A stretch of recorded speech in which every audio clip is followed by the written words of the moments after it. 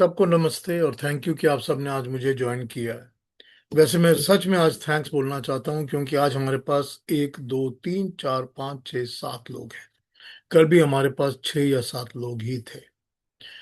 तो पहली बात तो ये है कि अगर जो लोग सुनेंगे मेरे को, अगर वो बोर हो चुके हैं तो मुझे बता दें ताकि मैं बंद कर दूं, so that I don't have to take the trouble.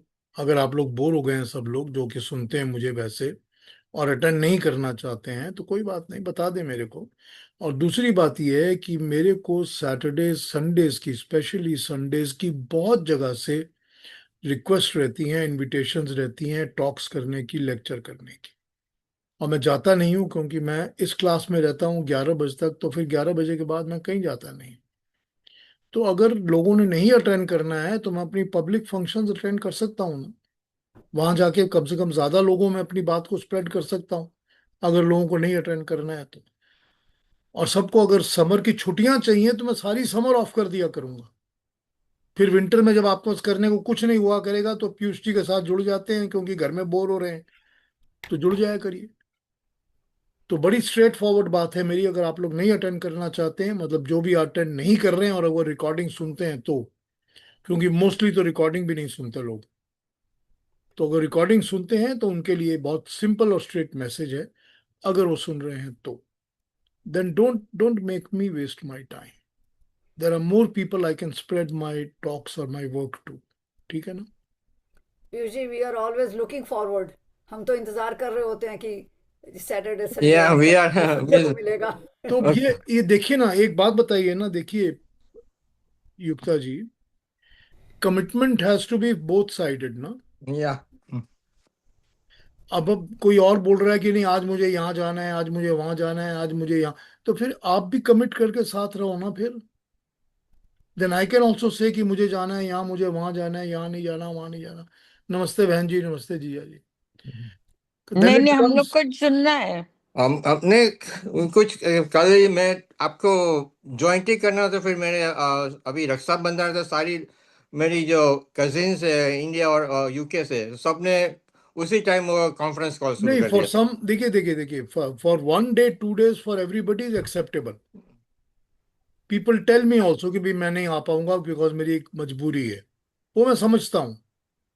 लेकिन अगर अगर people who are not interested, कभी ओकेजनली एक बार आ गए, 2 बार नहीं आए, फिर एक बार आए, फिर 2 बार नहीं आए, फिर भाई बता दीजिए कि आपको नहीं इंटरेस्ट है। Hmm. Anyway, I am sorry, I did not want to get upset और वांट नहीं टू नहीं, पर नो लेकिन नो नो, आई आई नहीं पीयूष जी, मेरे को तो, मैं तो 6:45 से जुड़ जाती हूँ। नहीं, आप तो रहती हैं, आप भी रहती हैं, प्रभा जी भी मैं रहती हैं, अभी हमेशा ही सुबह रहते हैं अपना आप लोग। मैं अपना सुबह काम खत्म करके जल्दी से भाग के अभी आ गया इसलिए। थैंक यू सुधीर कल जी। मैं कल मैं ज्वाइन ही हो रहा था, बस मेरी मेरी सारी नहीं कजिन्स तो ने। मैं फिर से दिल से सबको थैंक्स बोलता हूँ जो ज्वाइन कर रहे हैं मेरे को। आई थैंक यू वेरी मच कि आप लोगों ने ज्वाइन किया मेरे को। आपको तो पता है Truly। कि आपको तो पता है कि हम कितने पीयूष इंतजार करते हैं सैटरडे संडे का तो।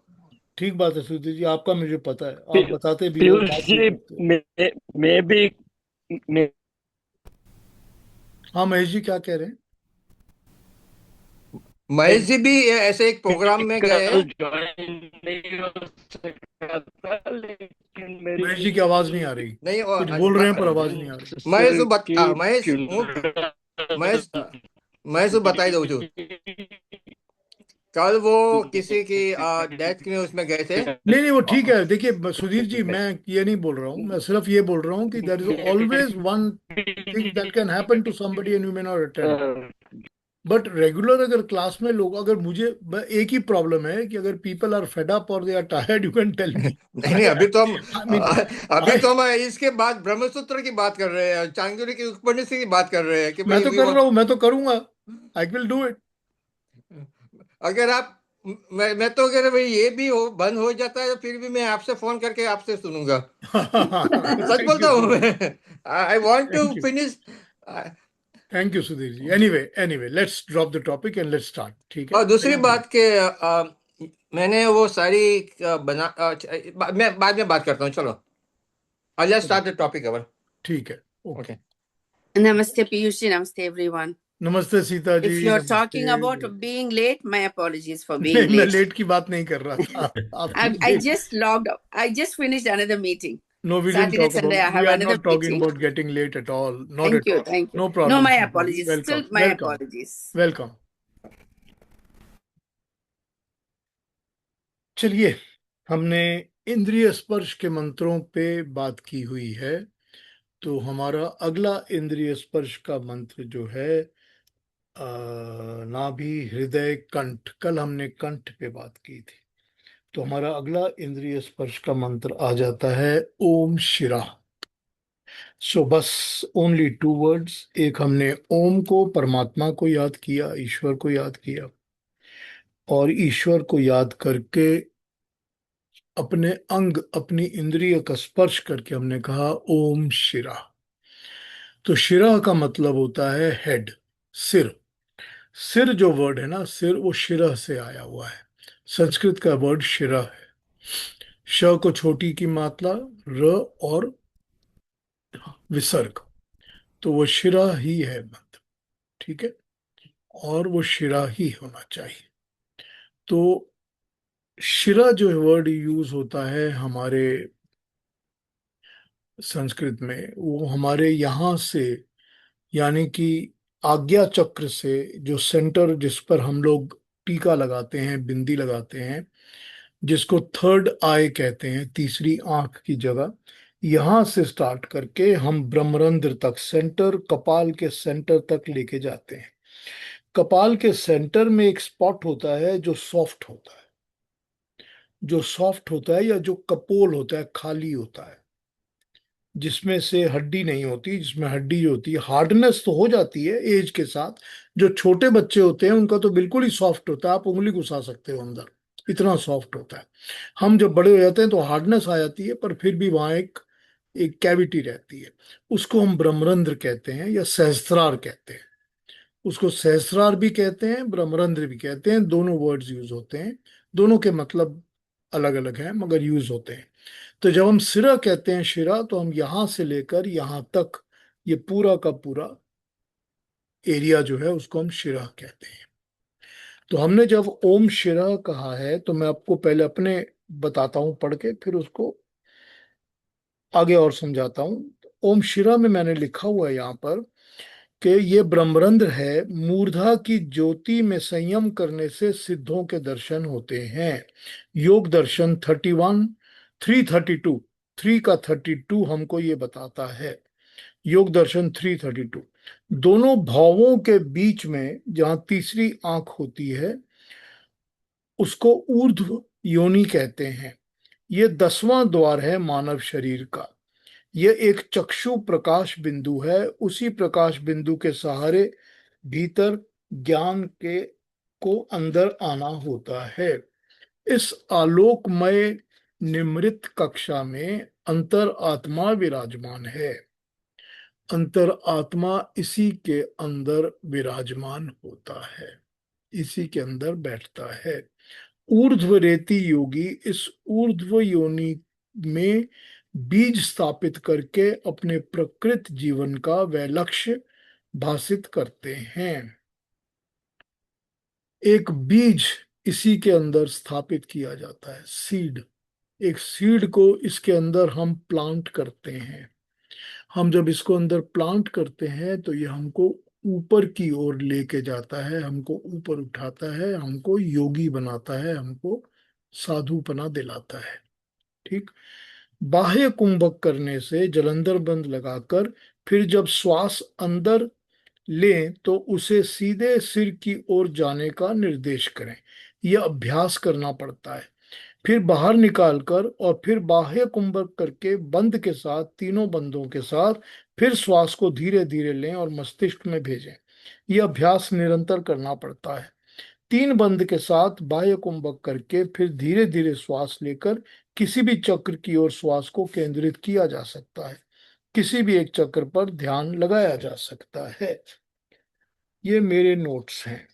अब ये नोट्स मेरे ये कहते हैं आपको कि जब हम डीप ब्रीथ करते हैं, कल शायद किसने, सीमा जी ने पूछा था, कल सीमा जी ने पूछा था बाह्य कुंभक या कुंभक के जलंधर बंद के बारे में। तो जब आप डीप सांस लेंगे और डीप सांस लेकर जब आप बंद लगाएंगे, जलंधर बंद लगाएंगे, ब्रीद इन करके आपने नेक का लॉक लगा दिया ऐसे करके और सांस को अंदर रोक लिया, तो आपने अपने ब्रेथ को या सांस को ये ऑर्डर देना है कि तुम मेरे मस्तिष्क में जाओ और मस्तिष्क में जाकर ऑक्सीजनेटिंग का काम करो। ये आपको अपने माइंड को, अपने सांस को कहना पड़ेगा। इसी तरह से आप उस सांस को जिसको आप रोक के रखते हो, पेट में भी रोक के रखते हो जिसको हम मध्य का बंद कहते हैं, या नीचे भी रोक के रखते हो जिसको हम बिल्कुल नीचे के मूलाधार का बंद कहते हैं। आप जब ये सारे बंद करते हो तो किसी भी एक चक्र के ऊपर सांस को इस तरह से फोर्स करके भेज सकते हो, केंद्रित करने के लिए, कंसंट्रेट करने के। ये आप कर सकते हो, यही पर्पस होता है प्राणायाम में बंधों को करने का। तो जब आप मस्तिष्क में रखोगे, तो जब जलंधर बंद करके सांस आपकी मस्तिष्क में जाएगी और वो एक बीज आपने अपनी थॉट का एक बीज, चिंता का, मनन का एक बीज, ज्ञान का एक बीज अपनी इस तीसरी आंख के पीछे बो दिया, लगा दिया, तो वो बीज जो है वो पनपेगा फ्लावर की तरह। जब वो फ्लावर बनता है तो उसको कमल के फूल की तरह कहते हैं, जिसकी 10 अलग अलग पंखुड़ियां होती हैं। और वही जब फैल जाता है तो उसको सहस्त्रार कहते हैं, कि 1,100 पेटल्स की तरह उसके पेटल्स हो जाते हैं, इतने सारे। वही हमारे ब्रेन के सहस्त्रार सर के अंदर, ब्रह्मरंध्र के अंदर ऐसे फैला हुआ होता है। ये होती है वो स्टेजेस जो अचीव करनी पड़ती है, और जिसको अचीव करने में सालों साल लग जाते हैं योगियों को, या जो लोग प्रैक्टिस कर रहे होते हैं उनको। यही वो प्रैक्टिसेस हैं जो कि हमको ऊपर के लेवल का ज्ञानी या ऋषि बनाती है। तो ये मैंने आपको पढ़ के सुनाया जो मेरे नोट्स थे। मैं आपको थोड़ा सा अब 332 पढ़ के सुनाता हूं जो योग दर्शन में लिखा हुआ है। ये है 332, मूर्ध ज्योतिषी सिद्ध दर्शनम। ये है योग दर्शन का नंबर 332। मूर्ध ज्योतिषी सिद्ध दर्शनम, मूर्धा की ज्योति में संयम करने से सिद्ध दर्शनम, सिद्ध महायोगियों को पहचानने की योग्यता प्राप्त होती है। मूर्धा के सात्विक प्रकाश में संयम करने से सिद्ध महान योगियों को पहचानने की योग्यता प्रकाश होती है। सिर के कपाल के अंदर जो छिद्र है उसमें प्रभास्वर ज्योति है।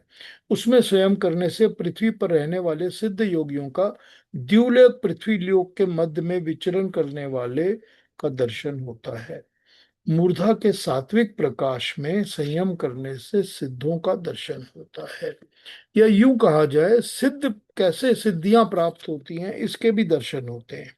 योगाभ्यास करने से साधक की बुद्धि सात्विक हो जाती है। सत्संग, स्वाध्याय, ईश्वर उपासना करने से योगी में सत्व गुण प्रधान हो जाता है। रजोगुण और तमोगुण गौण हो जाते हैं। उससे व्यक्ति विवेक वैराग्य का विकास करता है और ईश्वर उपासना श्रद्धा पूर्वक करता है। व्यवहार में मन, वाणी, शरीर से यम नियम का पालन करता है तथा सात्विक भोजन करता है। ऐसे अनुष्ठान के करने से जो सात्विक बुद्धि उत्पन्न होती है और ईश्वर की ओर से जो ज्ञान प्राप्त होता है, मेरी दृष्टि में वो मूर्त ज्योति है। इस मूर्त ज्योति को परिपक्व बना लेने पर सिद्ध पुरुष उच्च कोटि के योगियों को जानने का सामर्थ्य उत्पन्न होता है। साधारण व्यक्ति जिन योगियों को नहीं जान सकता उनको योगाभ्यासी जान लेता है। यहाँ ध्यान देने की बात यह है कि भूमिस्थ सिद्ध पुरुषों का दर्शन होता है। भूमि और द्युलोक के मध्य में चलने वाले ग्रहों प्रहादी का दर्शन होता है। द्युलोक और पृथ्वीलोक के मध्य में सिद्ध पुरुष घूमते हैं, ऐसा मंतव्य परीक्षणीय है। अब यहाँ पर तो ये बता दिया गया कि हम उन लोगों का ज्ञान जो कि पहले सिद्ध पुरुष हैं, जो पहले के एस्टैब्लिश्ड सिद्ध पुरुष हैं, उन लोगों का ज्ञान हम उस तरह से उनसे कनेक्ट करके प्राप्त कर सकते हैं। अब आप जब मेडिटेशन में बैठेंगे, और मेडिटेशन में बैठेंगे क्योंकि आपने मेडिटेट ही यहाँ किया है और ब्रह्मरंध्र को आप डेवलप कर रहे हो, तो ब्रह्मरंध्र जो है आपका, या सिर के अंदर की ताकत जो है आपकी, वो इतनी ज्यादा डेवलप होती है मेडिटेटिव संयम से, इसके अंदर मेडिटेशन करने से, उस बीज को डेवलप करने से, कि आप उन लोगों के ज्ञान को, कि जिसने भी जो ज्ञान बांटा है, उस ज्ञान को आप टैप करके रिसीव कर सकते हो। क्योंकि ज्ञान कभी मरता नहीं है, क्योंकि ज्ञान हमारे एटमॉस्फेयर में, हमारे एनवायरमेंट में फैला हुआ है, जैसे वेदवाणी फैली हुई है उस तरह से हमको ज्ञान, हमको आपको ज्ञान मिलता कैसे है, जो हम किसी, कोई हमको कुछ ना बोल रहा हो, हमको कोई ना सुना रहा हो, कोई टीचर या कोई पेरेंट ना सामने खड़ा हो, लेकिन फिर भी हम आंख बंद करते हैं और हमको एक सेकंड में याद आ जाता है, हाँ ये ऐसे होना चाहिए, ऐसे होना चाहिए, ऐसे होना चाहिए। हमको कैसे मिलता है ज्ञान? वो भी तो हमको मिलता है ना, हम सबको मिलता है। वो ज्ञान भी हमको उसी तरह मिलता है क्योंकि हम उस ज्ञान को टैप करके रिसीव करने की कोशिश कर रहे हैं। तो यही बताया है कि जितने पुराने सिद्ध पुरुष और ज्ञानी पुरुष होते हैं, इस सिर में मेडिटेट करने से, हेड में मेडिटेट करने से हम उनके ज्ञानों को प्राप्त कर लेते हैं, क्योंकि वो सिद्ध पुरुषों का ज्ञान पृथ्वी लोक, अंतरिक्ष लोक और द्यूलोक में अभी भी फैला हुआ है। ठीक। तो ये हुआ हमारा छोटा सा मंत्र ओम शिरा, और उसका इलेबोरेट मतलब, जितना मैं आपको क्विकली समझा पाया हूं, वो मैंने आपको ये समझाया है। इसके बारे में, इसमें कुछ पूछना है तो पूछ लीजिए, नहीं तो मैं आगे बढ़ जाता हूँ। ठीक है।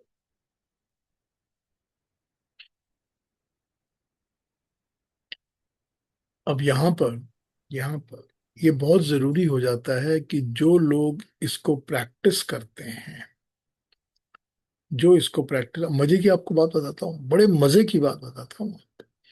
जितने भी योगा स्टूडियोज चलते हैं, जितने 1 to 100, no exception, no exception, जितने योगा स्टूडियोज चलते हैं, वो इन बातों को ना सुनना चाहते हैं ना बोलना चाहते हैं।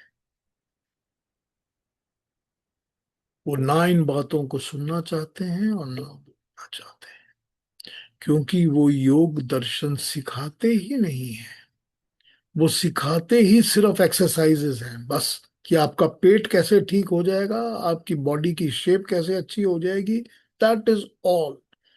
उनको योग से कुछ लेना देना नहीं है। नाम योग स्टूडियो जरूर है। यही हमारी ट्रेजेडी है सबसे बड़ी, कि वो उस लेवल से ऊपर उठते ही नहीं है। यही हमारी ट्रेजेडी है। चलिए, एनीवे, आगे बढ़ते हैं, बृहदारण्यक पर आ जाते हैं। कल हमने बृहदारण्यक का नंबर 16 किया, 16 नंबर। ठीक। आज हम उसको शुरू करेंगे नंबर 17 से। अब यहां पर हम 16 नंबर तक जो हमने पढ़ा है, वो हमें कॉन्सेप्ट को समझ लेना चाहिए हमको। उस पर समझ कर हम आगे बढ़ेंगे तो हम इस चीज को अच्छी तरह अडॉप्ट कर सकेंगे। कॉन्सेप्ट ये है कि जो प्राण हैं, वो प्राण क्योंकि परमात्मा के दिए हुए हैं, प्रभु के दिए हुए हैं, ईश्वर के दिए हुए हैं, वो प्रकृति से बोरोड नहीं है। तो उन प्राणों के अंदर किसी भी तरह का कोई भी स्वार्थ, कोई सेल्फिश इंटरेस्ट है ही नहीं। वो प्राण निष्कामता से काम करते हैं, बिल्कुल बिना किसी कामना के, निष्काम होके काम करते हैं। वो प्राण ये नहीं कहते कि मेरे अंदर तो मैं प्राण आ रहे हैं, मेरे भाई में आएंगे, बेटे में आएंगे, मेरे ससुर में नहीं आएंगे। ये नहीं करते प्राण। प्राण बिना किसी भेदभाव के सब जगह इक्वली उसी तरह चल रहे हैं, एक ही काम कर रहे हैं, क्योंकि वो निष्काम है, वो स्वार्थ विहीन है। इसीलिए उनमें ये शक्ति है, उनमें ये शक्ति है कि वो बाकी के सब अंगों को या इंद्रियों को प्यूरिफाई कर सकते हैं। प्यूरिफिकेशन की ताकत केवल परमात्मा में है। परमात्मा और प्रभु में ही प्यूरिफिकेशन की ताकत है, और प्यूरिफाई करने की ताकत किसी में नहीं है।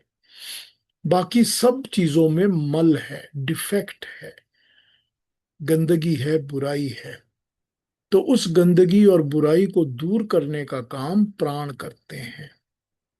कभी वो प्राण ये काम प्राणों को ग्रहण करके करते हैं कि शरीर में जब प्राण आ जाते हैं तो वो सारी इंद्रियों को जागृत कर देते हैं। क्योंकि जब तक प्राण शरीर में नहीं आते कोई भी इंद्रिय काम नहीं कर रही होती, कोई भी अंग काम नहीं कर रहा होता। तो प्राण जब शरीर में आते हैं तो वो इंद्रियों को जागृत करते हैं। जागृत करके प्राण अपनी मैसेज उन इंद्रियों में पहुंचा देते हैं। और फिर ये भी कहा जा सकता है कि जब वो प्राण अपने आप को खींच लेते हैं, प्राण छूट जाते हैं, तो भी वो इंद्रियों को उनकी जो ओरिजिनल सोर्स है, जिससे हमने उनको बोरो किया है, हमने जिससे उनको बोरो किया है, उस ओरिजिनल सोर्स में वापस भेज देते हैं रिफ्रेश होने के लिए। कि तुम एक बार जाओ, वापस देखो कि वो जो यूनिवर्सिटी थी जिसमें तुम पास होके निकले थे, उसमें रिफ्रेशर कोर्स करके आओ। जब तुम यूनिवर्सिटी में जाकर रिफ्रेशर कोर्स करोगे तो तुमको याद आएगा कि तुमने वो बेसिक्स कौन से पढ़े थे जिस पर तुमको टिकना है, तुम भूल गए हो। तो जो चीज को भूल गए हैं उसका रिफ्रेशर कोर्स करने के लिए जब वापस जाते हैं यूनिवर्सिटी में, तो होता क्या है? तो होता ये है, मेरे एक बड़े अच्छे दोस्त हुआ करते थे, बड़े अच्छे प्यारे दोस्त, अभी भी हैं, मगर कांटेक्ट है उनसे, शरीर उनका उतना अच्छा नहीं रहता। मुझसे 10 10 एक साल 12 साल बड़े होंगे। बहुत पॉपुलर और बहुत अच्छे डांसर हैं भरतनाट्यम के। उनका नाम है VK रंगाराव। मैं अपनी म्यूजिक क्लासेस में उनकी अक्सर बात करता हूँ, क्योंकि वो संगीत के बहुत जानकार थे और मैंने उनसे बहुत कुछ सीखा है जिंदगी में, बहुत कुछ। मैं उनके घर जाके रहता था मद्रास में, वो बैंगलोर आते थे तो मेरे घर रहते थे, इतने अच्छे क्लोज फ्रेंड्स थे हमारे। तो वो बहुत सीनियर डांसर थे भरतनाट्यम के, और वो बहुत लोग उनसे सीखते थे, वो गुरु थे। तो मेरे को वो कहते थे कि मैं जब जाता हूँ, कभी भी जब मेरे को टाइम मिलता है, तो मैं वापस चला जाता हूँ क्लासेस अटेंड करने के लिए, और मैं एकदम फर्स्ट लेवल और बेसिक लेवल क्लास अटेंड करता हूँ। कहते हैं मैं जो गुरु हूँ, जो टीच करता हूँ, लोगों को सिखाता हूँ, मेरे को जब फुर्सत मिलती है और मेरे पास फ्री टाइम होता है तो मैं वापस जाता हूँ और मैं जाके एकदम बेसिक और लोएस्ट लेवल ऑफ क्लास में जाके अटेंड करता हूँ। क्योंकि वहां पर सीखी हुई चीजें जब आप गुरु बन चुके होते हो तो भूल जाते हो। वो बेसिक्स आपको रिफ्रेश करते हैं, याद दिलाते हैं। तो ये जो प्राण है ना, ये प्राण हमारी इंद्रियों को मृत्यु के द्वारा फैसिलिटेट करते हैं कि तुम जाके अपने ओरिजिन में जाके मिल जाओ, रिफ्रेश होकर वापस शरीर में आ जाओ, मैं फिर अवेलेबल रहूंगा। तो तुम रिफ्रेश हो जाओगे, तुमको पता चलेगा कि तुम भटक कहाँ गए थे, गलत कहाँ हो गए थे। क्योंकि ये इंद्रियां जो हैं प्राकृतिक वस्तु हैं, और प्राकृतिक आकर्षणों से जुड़कर चिपक कर आसुरी प्रवृत्ति वाली हो जाती है। यहाँ तो बात आसुरी और देवीय हो रही है ना, कि देवीय और आसुरी जो है वही बात हो रही है। तो ये सब आसुरी प्रवृत्तियों वाली हो जाती हैं। तो इनको बताया जाता है कि तुम आसुरी प्रवृत्ति की हो गई हो, लेकिन तुम्हारे अंदर दिव्यता की शक्ति तो है ना। क्योंकि जो आदित्य है, अग्नि है, वायु है, दिशाएं हैं, वो सब दिव्य शक्तियां हैं ना परमात्मा की। परमात्मा ने ही तो उन शक्तियों को दिव्य बनाया है ना। उनमें तो दिव्यता है ना, उन शक्तियों में तो कोई भी स्वार्थ नहीं है ना। आदित्य में कोई स्वार्थ नहीं है, चंद्रमा में कोई स्वार्थ नहीं है, दिशाओं में कोई स्वार्थ नहीं, अग्नि में, वायु में कोई स्वार्थ नहीं है। स्वार्थ तो तुम्हारे अंदर तब आता है जब तुम प्राकृतिक चीजों से जुड़कर इस शरीर में आकर भटकने लगते हो। तो इसीलिए मैं तुमको बार बार रिफ्रेश करता हूं और फिर वापस आने का मौका देता हूं। ये काम प्राण कर रहे हैं। ये जो हमारा कहने का होता है ना, त्र्यंबकम यजामहे सुगंधिम पुष्टिवर्धनम, यही कहता है हमको। हमको यही कहता है, मृत्युर्मोक्षीय मां अमृतात्, मुझको मृत्यु के द्वारा अमृत की तरफ लेके चलो। क्योंकि प्रॉब्लम ये है कि मोक्ष तो सबको चाहिए पर मरना किसी को नहीं है ना। मोक्ष तो सबको चाहिए, हमको भी मोक्ष चाहिए भाई, लेकिन मरना नहीं है हमारे को। लेकिन बिना मृत्यु के ये चेंज, इस तरह का जो चेंज होगा वो फैसिलिटेट हो ही नहीं सकता। तो उस चेंज को फैसिलिटेट करने का काम प्राण जो है वो मृत्यु की सहायता से करते हैं। ठीक, ये हमको इन्होंने यहाँ समझाया बृहदारण्यक उपनिषद के अंदर। जब इन्होंने हमको ये बताया कि उन्होंने मन को भी पार लंघा दिया, पार क्रॉस करा दिया, लांघना, क्रॉस कर जाना, क्रॉस करके चले जाना, किसी चीज के ऊपर से छलांग लगा के चले जाना, क्रॉस करके चले जाना, लांघना। मन लांघ के चला गया, चक्षु लांघ के चले गए, श्रोत्र लांघ के, वो लांघना किसको लांघना है? किस चीज को लांघ रहे हो आप? इस शरीर के बंधन को लांघ रहे हैं। जब ये बंधन छूटेगा तभी पुरानी चीजों से, पुराने बंधनों से मुक्ति मिलेगी। फ्रीडम मिलेगी तब जब ये शैकल्स और चेन्स टूटेंगी और हट जाएंगी, नहीं तो नहीं मिलेगी। तो हमको ये बृहदारण्यक उपनिषद प्राणों के द्वारा अभी तक यही मैसेज देके समझा रहा है। ठीक, हमको ये सारी बातें, देखिए ऐसा होता है कि आप कहेंगे कि प्राणों के ऊपर तो हमने प्रश्न उपनिषद में भी पढ़ा था, क्योंकि प्रश्न उपनिषद में भी प्राणों पे बात हुई थी। तो प्राणों पे बात करने के बाद जब हम प्रश्न उपनिषद को पढ़ चुके हैं, तो फिर एक दूसरा व्यू पॉइंट, एक दूसरे ऋषि का हम बृहदारण्यक में पढ़ रहे हैं जो प्राणों की ही बात कर रहा है। तो हमको एक दूसरा एंगल, थोड़ा और सूक्ष्म ज्ञान और थोड़ा अच्छा ज्ञान मिल रहा है। That is how these these books of knowledge work. तो ये हमको बृहदारण्यक समझा रहा है। ठीक है ना। तो आगे बढ़ जाते हैं, अब 17-18 पे शुरू करते हैं बात करना। ये थोड़ा और डिटेल में बात करती हैं और अपना इनका स्टाइल थोड़ा थोड़ा सा बदल गया यहाँ पर। They have a little different style of telling you what they are telling as a message. ठीक है, तो हमको अलका जी नंबर 17 पढ़ के सुना दीजिए प्लीज। ब्राह्मण 3 कंडिका 17। अथ आत्मने अन्नम आद्यम अगायत अधि किंचन अन्नम मध्यते अनयने तद्य इ प्रतिष्ठिति। Thank you so much, thank you. छोटा सा है मगर ये क्या कहता है? ये कहता है इस प्रकार सब इंद्रियों को मृत्यु के पार लंघा चुकने के बाद प्राण ने अपने लिए खाना गाया। जो कुछ अन्न खाया जाता है प्राण ही तो खाता है, प्राण ही तो है जो जाकर जिसमें सब कुछ जाके ठहर जाता है। अब ये हमको ये श्लोक कह रहा है, प्राण में ही तो जाके सब कुछ ठहरता है। अब इसका मतलब, इसको अर्थ को समझते हैं कि कहा क्या जा रहा है। यहां पर यह कहा जा रहा है कि जब प्राण ने सारी इंद्रियों को लंघा दिया, ठीक, पार हो गई सारी इंद्रियां, उसके बाद प्राण ने अपने लिए खाना गाया। यहां पर कहा गया है गाया, गाया यहां पर कहा गया है आगायत।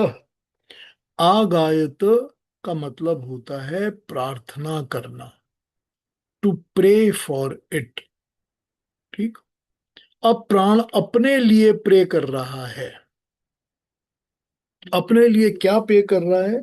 कि जो कुछ भी खाया जाता है वो प्राण ही तो खाता है ना। जो आप दुनिया में कंज्यूम करते हो, जो भी कुछ आप कंज्यूम करते हो, वो प्राण ही कंज्यूम करते हैं। अगर प्राण नहीं होंगे तो किसी भी इंद्रिय के अंदर कोई कंजम्पशन की शक्ति नहीं होगी। ठीक।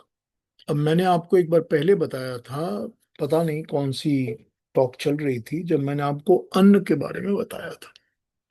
मैंने आपको बताया था कि अन्न, अन्नाद्य, अन्न का मतलब सिर्फ खाने वाला भोजन नहीं होता। अन्न तो होता ही है, क्योंकि सबसे पहले कंजम्पशन जो हम करते हैं इस दुनिया में, हम जो भी कंजम्पशन पहले करते हैं, हम अपना खाना खाते हैं, वो पहला कंजम्पशन होता है। बच्चा पैदा होते ही मुंह में उसके कुछ ना कुछ खाना चाहिए, उसको चाहे दूध चाहिए, जो भी चाहिए, खाना चाहिए। और मरते तक हमारे को खाने की जरूरत पड़ती है। तो अन्न खाना तो होता ही है, करेक्ट। और वो खाने का सारा क्रिया जो होती है वो हमारे प्राण ही करते हैं। वो प्राण होते हैं जो मुंह में काम कर रहे हैं तो हम मुंह चबा रहे हैं, गले में काम कर रहे हैं तो गले से नीचे उतार रहे हैं। वो हमारे अंदर उदान अपान व्यान बन के काम कर रहे हैं तो हमारे अंदर हाजमा चल रहा है। फिर वो काम कर रहे हैं तो प्रेशर के साथ वो नीचे धकेला जाता है, जो भी बच जाता है खाने का। फिर वो सारे शरीर में व्यान बन के फैल रहा है, तो उसका रस जो है वो हर अंग में चला जाता है। ये प्राण ही तो हैं जो इस चीज को कंज्यूम कर रहे हैं। ये प्राण ही तो हैं जो खा रहे हैं ना। यही उनका गाना है, यही उसकी प्रार्थना है। प्राण की प्रार्थना यही है कि मैं निस्वार्थ होकर, बिना अपने लिए सेल्फिश होकर, इस चीज को, जो अन्न मुझको मिलता है, पूरे अच्छे तरीके से बांट सकूं, फैला सकूं सब में। ये उसकी प्रार्थना है प्राण की। तो इसी प्रार्थना को लेके वो प्राण कह रहा है कि मैं ये सब जो है, जो भी चीज है जो मैं कंज्यूम करता हूं। अब मैं आपको जो अन्न है उसके जो दूसरे मतलब होते हैं वो भी बता देता हूं कि मेरे लिए फॉर पीयूष के लिए, जो आप लोग बैठे हो सब, जिनको मैं सब बातें बता रहा हूं, आप सब भी मेरे अन्न हो। क्योंकि मैं आपको किसी ना किसी चीज के लिए, ज्ञान देने के लिए, कोई भी और काम के लिए यूज कर रहा हूं, कंज्यूम कर रहा हूं ज्ञान बांटने के लिए। जो आपके अंडर लोग काम करते हैं, आपके ऑफिस में काम करते हैं, आपके फैक्ट्री में काम करते हैं, वो सारे के सारे लोग आपके लिए अन्न है। जो राजा है, उस राजा के लिए पूरी प्रजा उसका अन्न है। क्योंकि वो प्रजा ही को लिए तो सारे कर्म कर रहा है ना, प्रजा के किए हुए कर्मों का भी तो उसको मिलता है ना फल। अगर अच्छा देश अच्छी प्रोडक्शन करेगा, सारी दुनिया, सारी फैक्ट्रियां अच्छा काम करेंगी, तभी तो मुझको भी अच्छी चीजें खाने को मिलेंगी ना। मैं कंज्यूम तो कर ही रहा हूं ना उनका दिया हुआ। तो ये हर एक चीज अन्न के अंदर आ जाती है। अन्न शब्द के अंदर सब कुछ आ जाता है। तो ये सारी चीजों की कंजम्पशन को तो प्राण ही कंज्यूम कर रहे हैं ना, और प्राण ही तो बांट रहे हैं ना इनको।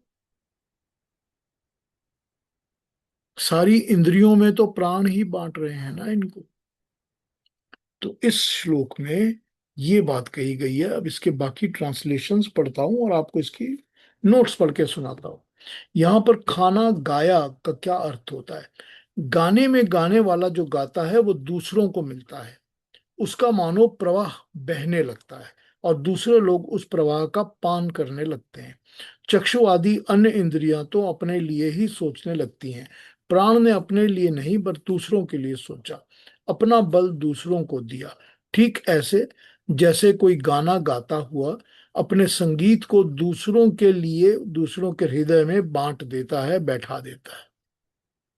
खाना गाया का यही मतलब है कि प्राण ने जो भी कुछ खाया, जो भी कुछ कंज्यूम किया, जो भी उसका भोजन था, उससे उसको जो बल मिला, वो संगीत की तरह उसने अपने पास न रख के दूसरों को वो बल बनाकर सब इंद्रियों में बांट दिया। प्राण ने पहले अपना बल वाणी को दिया, फिर अग्नि सदृश हो गई, फिर वही बल घ्राण को दिया, वो वायु की तरह हो गया, फिर वही बल चक्षु को दिया तो वो आदित्य के जैसा हो गया, जब श्रोत्र को वो बल दिया तो दिशाओं के जैसा हो गया, और मन को बल दिया तो मन चंद्र की तरह सदृश हो गया। इस प्रकार अपना बल दूसरों को देना ही प्राण का गाना गाना है। इस गाने रूपी खाने से प्राण बलशाली होता है। ठीक, दूसरी ट्रांसलेशन पढ़ के सुनता हूं।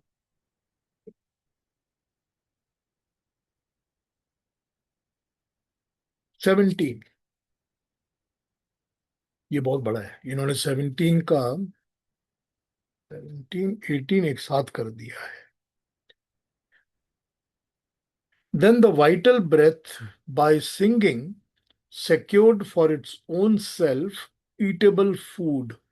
For whatsoever food is eaten or consumed or metabolized, it is consumed by breath alone, which is prana, that is metabolized by the oxygen intake of the vital air. And thus, finally, as if in a cycle or circle in it, the breath rests.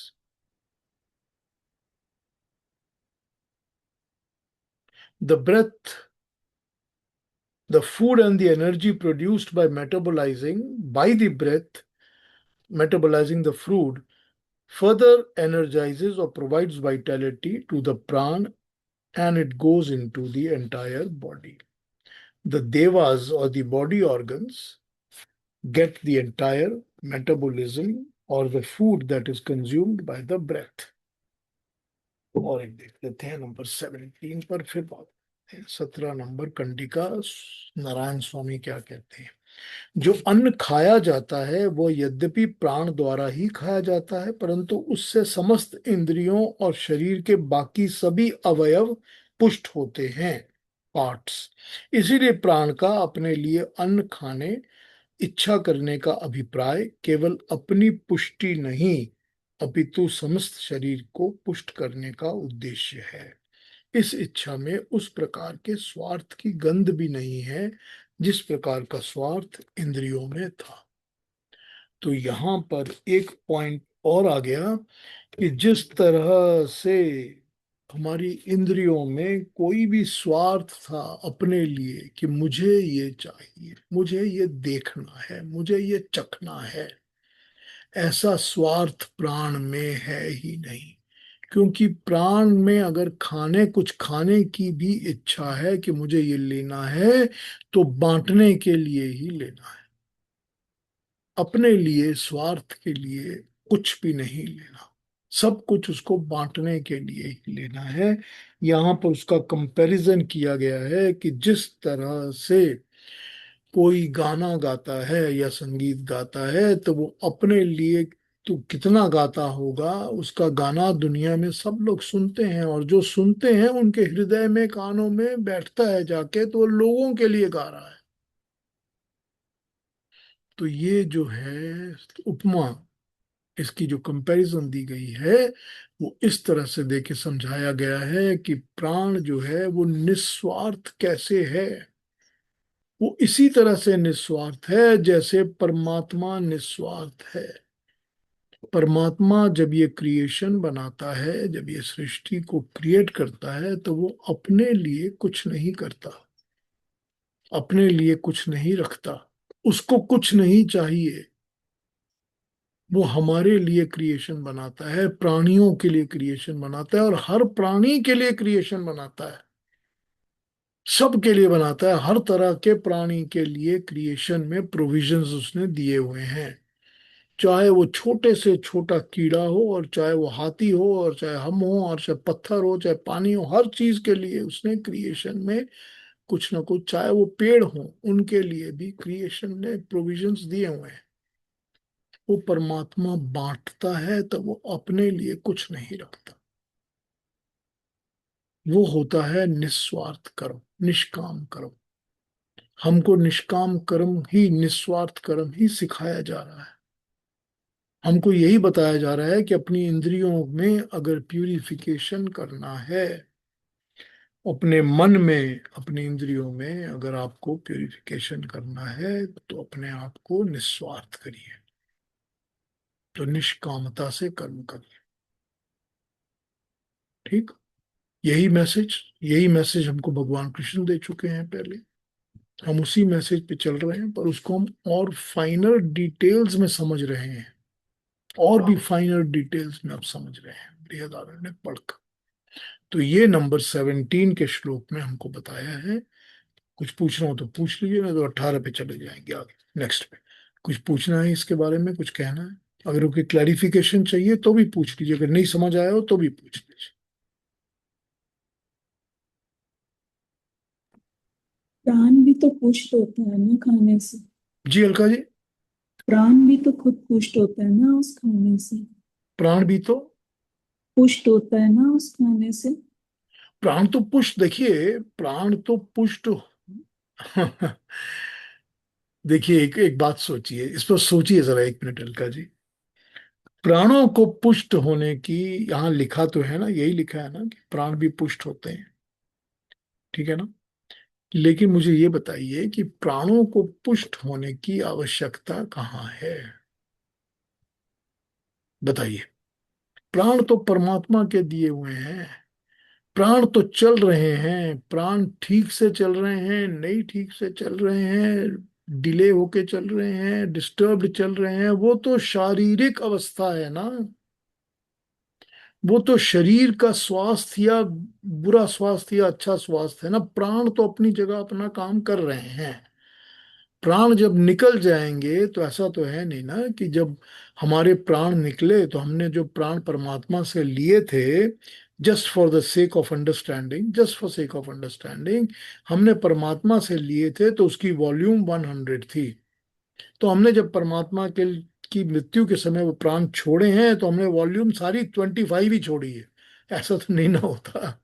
प्राणों को पुष्ट होने की आवश्यकता कहाँ पड़ती है? शरीर प्राण की पुष्ट होते हैं, हम जो एक्सप्रेशन यूज करते हैं, या लिखा भी गया है तो ये यही लिखा गया है कि प्राणों को भी हेल्दी रहने के लिए अन्न की आवश्यकता पड़ती है।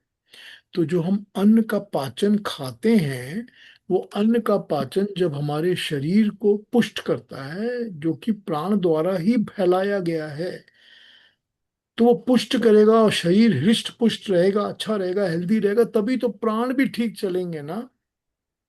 वही कहना चाह रही हूँ मैं कि हाँ, इंद्रियों तो इंद्रियों ये के ये जो कॉन्सेप्ट है, ये कॉन्सेप्ट तो शरीर के साथ ही बंधा हुआ है ना। हाँ जी। ये कॉन्सेप्ट तो मतलब अगर आपका शरीर स्वस्थ नहीं है तो प्राण स्वस्थ होने का मतलब क्या है? नहीं है, वो तो है नहीं। प्राण तो हमेशा ही एक जैसे हैं। तो ये तो है नहीं। प्राण, शरीर तो स्वस्थ और अस्वस्थ रह सकता है कि भाई मेरे को वो क्या कहते हैं, एजमेटिक प्रॉब्लम हो गई है तो मैं सांस नहीं ले सकता, है ना, तो मेरे को वो पंप यूज करना पड़ता है, या मैं डीप ब्रीथ नहीं कर सकता। उसका ये मतलब नहीं है कि मेरे शरीर जो है, वो प्राण जो है वो पुष्ट नहीं है। हाँ, मेरा शरीर पुष्ट नहीं है जो प्राणों को यूज नहीं कर पाता। कॉन्सेप्ट ये होना चाहिए दिमाग के अंदर कि मेरा शरीर पुष्ट नहीं है। हम ठीक है ये कहते हैं कि प्राण भी तो अपने आप को पुष्ट रखते हैं अन्न खा के ना। तो जी। उसका जो घूम फिर कर मतलब है वो यही हो जाता है कि जो प्राण अन्न खा कंज्यूम करते हैं, तो अन्न जब शरीर में जाता है और शरीर जब हेल्दी रहता है तो हेल्दीली ही प्राण भी चलते हैं। ठीक है। हाँ जी, वही है, इंद्रियों के साथ साथ प्राण भी पुष्ट हो जाते हैं। जी ठीक है अलका जी। Thank you. हाँ जी, और कोई कुछ कहेंगे? कोई और बात करनी है? नहीं तो 18 पे आ जाए। चलिए फिर नंबर 18 पे आते हैं। और भी हमारे पास टाइम तो है ना नहीं लेने का? हाँ है टाइम, तो 18 को शुरू कर लेते हैं। तो अलका जी हमको नंबर 18 भी पढ़ के सुना दीजिए। 18 थोड़ा बड़ा है लेकिन कर लेते हैं, कोई बात। ब्राह्मण 3 कंडिका 18। ते देव अब्रुवन् एतावदा इदं सर्वं यदन्नं तदात्मन आगा आगा आगासि अनु अन्न अस्मिन् अन्नं आभाजस्व इति ते वै मा अभिसंविश त इति तत् इति तं समन्तं परिण्ये विशन्ति तस्मादेव एना अन्नमिति तै एना एता तृप्यन्तेवं हवा एनं सवा अभिसविशन्ति भर्ता स्वानां श्रेष्ठा पुरएता भवत्ते अन्नादो अधिपति एवं वेद य उ हैवं विदं स्वेषु प्रतिबुर्भूषति न हैवालं भार्येभ्यो भवत्यत् य अवेतमनु भवति यो वैत्मनु भार्यान् वभूषति स है वालम भार्येभ्यो भवति। Thank you, thank you, thank you. देखिए, अब ये मैसेज दे दी गई हमारे को, ये समझा दिया गया कि इसका पर्पस क्या था, क्यों बताई जा रही हैं ये बात। तो नंबर 18 को एक बार पढ़ के समझते हैं, फिर इस पर बात करते हैं। नंबर 18 कहता है कि इंद्रियां ने कहा, इंद्रियां बोली, अन्न ही तो दुनिया में सब कुछ है, वो तूने अपने लिए गा लिया, हमें भी इस अन्न में हिस्सा दो। तो प्राण ने कहा कि अगर हिस्सा चाहते हो तो मुझ में अच्छी तरह से प्रविष्ट हो जाओ। वही अभी जो अलका जी ने कहा था, अपने आप को हेल्दी रखो, हेल्थी रख के मेरे अंदर आओ तो मैं तुमको अपना हिस्सा दूंगा। तुम हेल्दी नहीं रहोगे तो हिस्सा कहाँ से मिलेगा? सो अपने आप को हेल्थी रखो। इंद्रियों ने कहा अच्छा, और ये कह के प्राणों में चारों ओर से प्रवेश कर गई।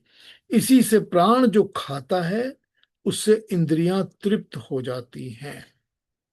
तो प्राण जो भी खा रहा है उससे इंद्रियां सेटिस्फाई होती हैं, प्राण सेटिस्फाई नहीं हो रहा दिखा है, इंद्रियां तृप्त हो जाती हैं। जो इस रहस्य को जानता है, प्राण का अनुसरण करता है, जो इसको समझ जाता है वो प्राण की हुई चीजों को फॉलो करता है। स्वयं खाकर ही तृप्त नहीं हो जाता। इंद्रियां जैसे प्राण में, वैसे उसके अपने मानो उसी में प्रवेश कर जाते हैं, अपनों का वो भरता हो जाता है। जो ये समझ जाता है वो अपने सारे लोगों में, पीपल का वो भरता हो जाता है। वो जैसे इंद्रियां होती हैं उसके लिए सब इंद्रियां बन जाती हैं। श्रेष्ठ कहलाता है अग्रगामी, अन्नाद और अधिपति हो जाता है। अपनों में अगर कोई प्राण सरीखा स्वार्थहीन व्यक्तियों का शत्रु उठ खड़ा होता है तो वो जैसे असुर समर्थ नहीं हो सकते वैसे समर्थ नहीं हो सकता, किसी का भरता नहीं बन सकता। जो प्राण की स्वार्थहीनता को अनुभव करता है, जो भरण योग्य व्यक्तियों का पालन करना चाहता है, वो प्राण की तरह भरता बनकर इंद्रियों को भार्या पोष्य बनाने में समर्थ हो जाता है। ठीक ऐसे जैसे प्राण रूपी भरता ने इंद्रियों को मानो भर्या बनाया। चलिए, ये आ गई हमारे लिए मैसेज। ठीक। अब जैसे प्राण ने इंद्रियों से कहा है कि अगर तुमने, मैं जो जो भी खाना, जो भी अन्न मुझको मिल रहा है उससे जो मेरी तृप्ति हो रही है, मेरी पुष्टि हो रही है, जैसा अभी अलका जी ने कहा, तो उस पुष्टि में अगर तुमको शेयर कहिए तो तुम मेरी तरह बन जाओ। मेरी तरह बन जाओगे तो तुमको पूरा शेयर मिल जाएगा, मेरे में प्रवेश कर जाओ, मेरे ही जैसे बन जाओ। ठीक। तो तुमको पूरा शेयर मिल जाएगा। जो इस बात को समझ सकता है इस दुनिया में, उसको ये पता चल जाता है कि ये सारी की सारी सोसाइटी, सारी की सारा समाज, सारी का सारा देश, सारे हमारे लोग ये उसी तरह हैं जैसे हमारी इंद्रियां हैं। हम जब अपने कर्मों को इनमें फैलाना शुरू करते हैं, हम जब भर्ता बन जाते हैं, स्वार्थहीन होके इनके लिए कर्म करते हैं, तो ये सब कुछ हमारा भार्या हो जाता है, डिपेंडेंट अपॉन अस, जो हम पर डिपेंडेंट है। हम इनके भर्ता बन जाते हैं, लीडर बन जाते हैं, हम इनके प्राण शक्ति बन जाते हैं। तो इस सोसाइटी में अगर इस तरह से लोग और हम या हम सब इस तरह काम करते हैं तो इस सोसाइटी के अंदर कोई असुर उठ के खड़ा हो ही नहीं सकता। तो यही मैसेज दे दी गई है कि जिसको जिसको अपनी जिंदगी को संवारना है, अपने कर्मों को ठीक करना है, इंद्रियों को उस तरह बनाना है कि वो प्राणों की तरह मुक्त हो सके, तो उसको भरता बनना पड़ेगा और उसको सबको भरयार की तरह ट्रीट करना पड़ेगा। भरता जो इन सबका पालन पोषण करता है, क्योंकि प्राण ही तो सबका पालन पोषण कर रहे हैं। तो जो प्राण पालन पोषण कर रहे हैं वो प्राण की कंडीशन यही है कि तुम मेरे जैसे बन जाओ तो तुम भी पालन पोषण करो। तो हर इंद्री जो होती है वो स्वार्थहीन होकर अपना पर्पस, सेल्फिश पर्पस को ना करके भले का काम करती है, जिसको हम यज्ञ कर्म कहते हैं। तो वो भर्ता की तरह होकर भर्ता में फॉलो करके काम करने लगती है। यहाँ पर प्राणों को कहा है कि प्राण जो है वो श्रेष्ठ कहलाता है, सबसे ऊपर, सबसे इंपॉर्टेंट, सबसे पहला, मेन। प्राणों को अग्रगामी कहलाते हैं, जो सबसे पहले चलता है, अग्रगामी, always the first to move, the first mover. ठीक। वो प्राण के अंदर हलचल होगी, प्राण में मूवमेंट होगी, तभी इंद्रियों में मूवमेंट होगी ना, तभी तो सब इंद्रियां चलेंगी। जब प्राण नहीं चलेंगे तो इंद्रियां नहीं चलेंगी। प्राण पहले चलेंगे तो ही इंद्रियां चलेंगी। अग्रगामी कहा है, उसके साथ अन्नाद और अधिपति हो जाता है। अन्नाद जो अन्न को देने वाला है, हम सब में अन्न बांटेगा। तो जो अन्न प्राण को मिल रहा है वो प्राण जो है वो सब इंद्रियों में बांट रहा है अन्नाद। और अधिपति ही इज द बॉस, हम सब का मेजर बॉस वही प्राण है। तो जो हमारे इस तरह हो जाएगा वही भर्ता कहलाएगा, और बाकी की सब उसकी भार्या, डिपेंडेंट हो जाएंगी। मैं बाकी के पढ़ लेता हूँ translations,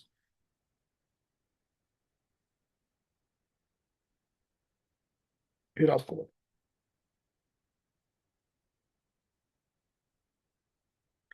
To this extent, said the body parts or the organs, whatever food there is, thou, the vital air, by singing secured it exclusively for yourself. Now, therefore, give us a share. He said, you there enter into me. They all said yes, and they all got together and entered into him. Therefore, whatever food is eaten by breath, by that food or the other sense organs are sustained, satisfied, or satiated.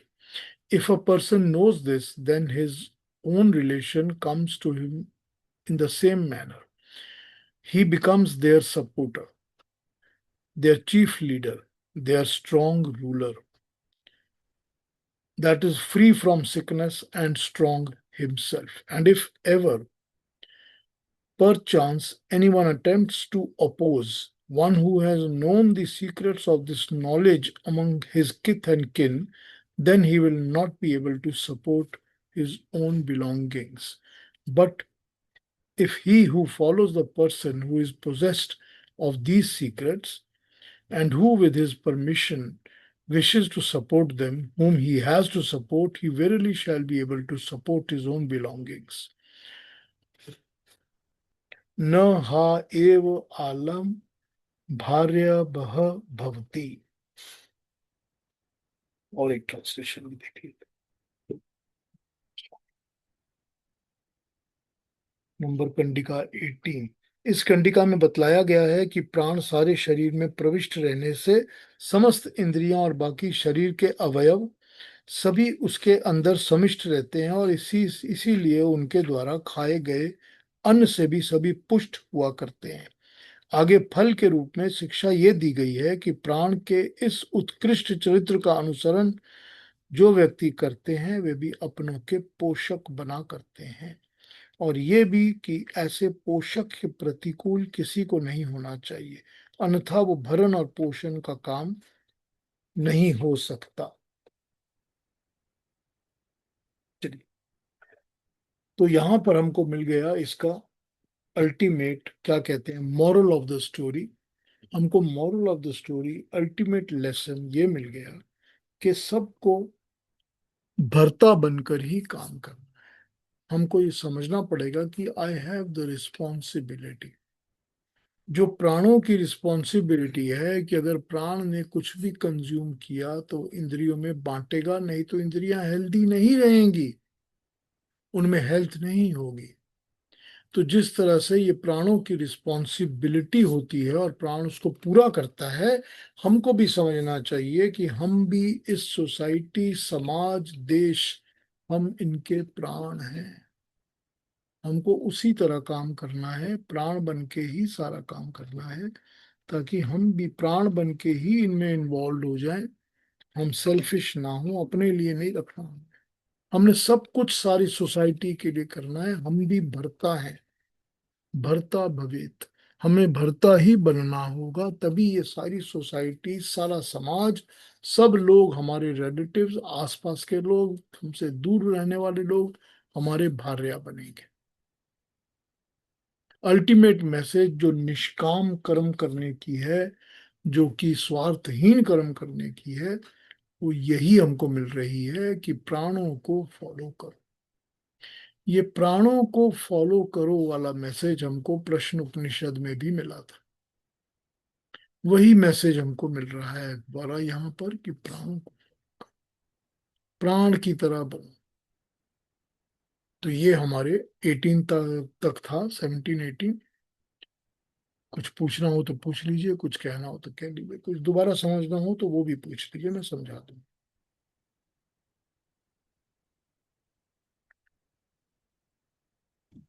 Hope करता हूँ कि जो principles बताए गए हैं वो principles आपको समझ आ गए,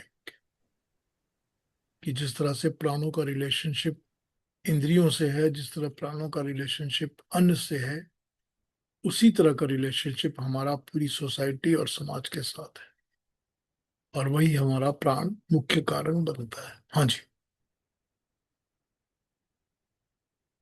हाँ इंदिरा बहन क्या कहेंगे? पीयूष जी के एक सवाल आया था, कल मैं और सुश्रुत बात कर रहे थे।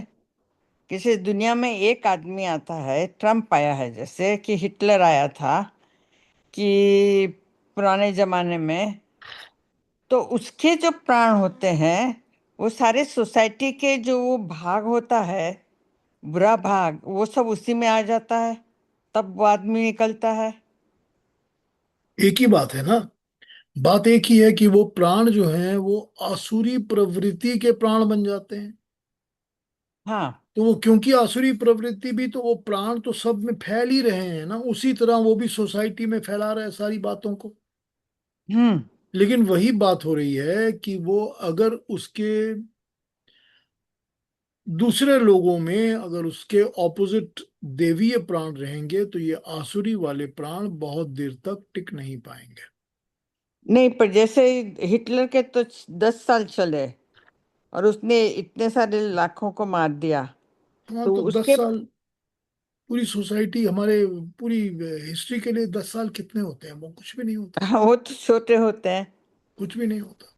तो ये तो दुनिया में जो आसुरी शक्तियां हैं, जितने भी असुर होते हैं, उनका तो काम ही होता है कि वो लोगों को बर्बाद करते हैं, कत्ल करते हैं, खत्म करते हैं, बर्बाद ये करते रहते हैं, हमेशा ही करें, वो तो तो रहेंगे ही उस रहेंगे। एक आदमी में तो वो एक असुर था। हाँ इस उसकी सारी आसुरी, कलेक्टिविटी भी तो उसके, उनमें से भी तो जो थोड़ा थोड़ा अंश मिल करके उस आदमी के अंदर चला गया ना, असुरी।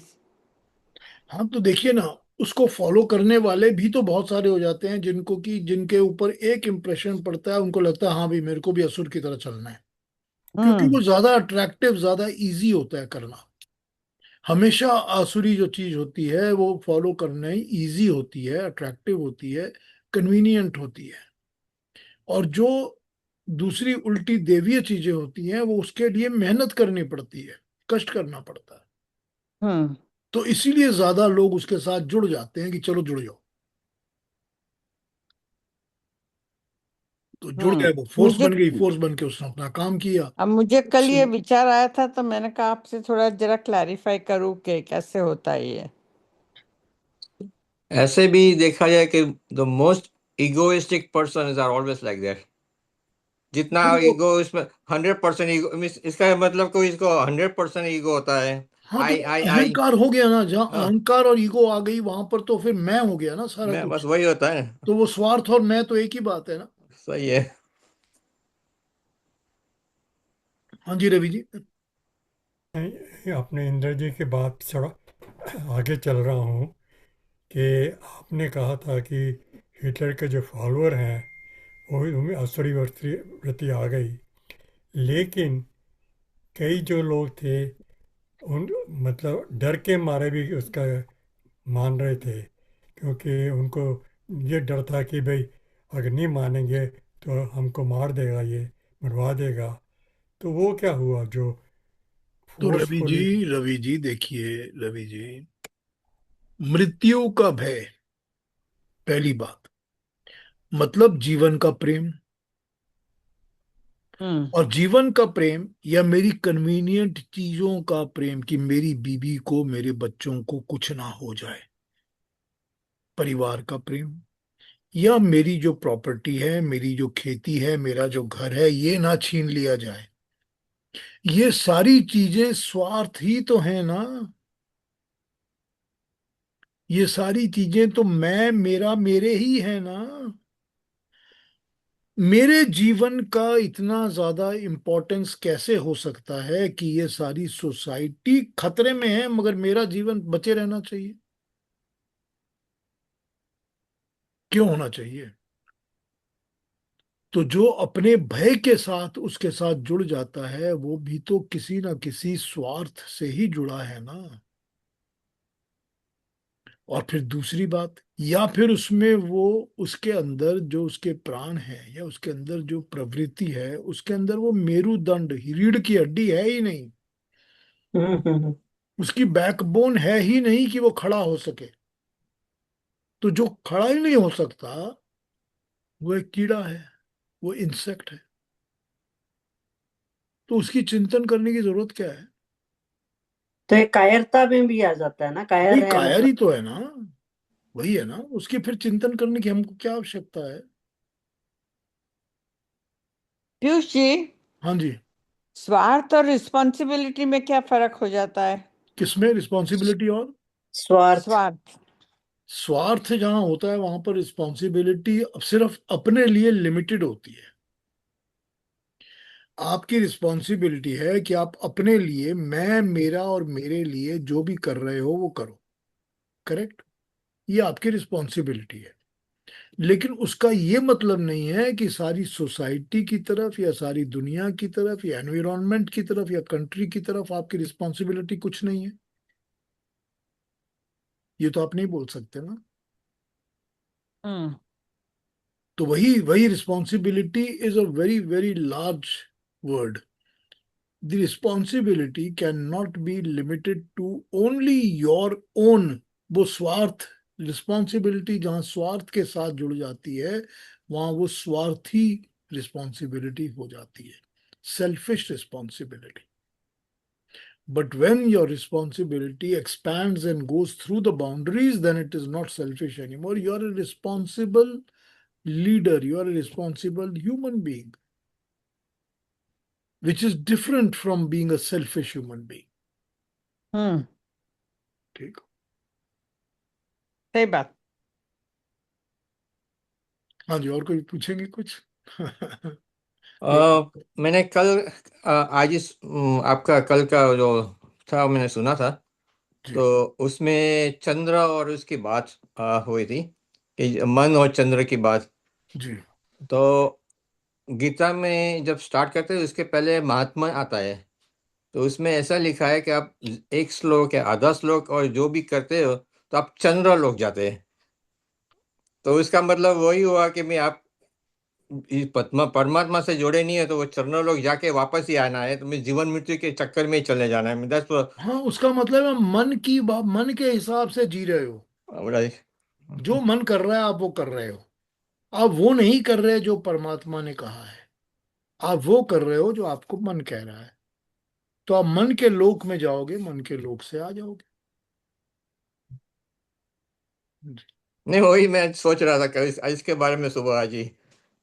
जी, और कैसे दूसरा वो रिलेटेड? 8 चैप्टर में भी है ना कि वो जब रात्रि और चंद्र और रात्रि को और कृष्ण पक्ष और इसमें हाँ, जाते थे, चंद्र लोग जाके वापस आते हैं। जी, मीन्स वही, those are the connections that try he means this बिल्कुल बिल्कुल बिल्कुल बिल्कुल बिल्कुल। हाँ जी, और कोई बात, कोई और पूछेंगे कुछ? Anything you have to ask me, anybody else? नमस्ते पीयूष जी। हाँ महेश जी। तो आज जो आपने प्राण के बारे में बताया, काइंड ऑफ आपने प्रश्नोपनिषद में भी रेफरेंस दिया था कि सेम सिमिलर बात हुई जी, थी। तो इंटरेस्टिंगली हम लोग और इंद्रियों और प्राण का जो कनेक्शन आज आप बता रहे थे, तो प्राण परमात्मा से बोरो किए हुए और उन्होंने दिए हुए हैं, हमारा नहीं है, तो वापिस चले जाते हैं एट सम पॉइंट।